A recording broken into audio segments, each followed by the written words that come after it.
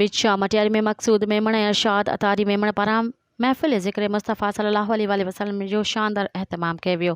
महफ़िल जे आगाज़ में तिलावत क़ुरान पाक हाफ़िज़ ग़ुलाम नबी ख़ास कली पेश कई।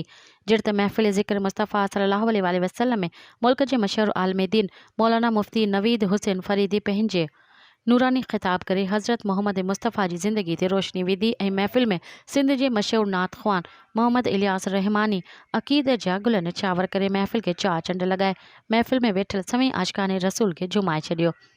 महफ़िल ज़िक्र मुस्तफ़ा में मटियार जे मक़ामी नात ख़्वां मियाँ नूर नबी अतारी हाफ़िज़ हज़बुल्ला कलंदरी अरशद अली अतारी समेत ॿियनि नात ख़्वाननि जो शर्फ़ हासिल कयो।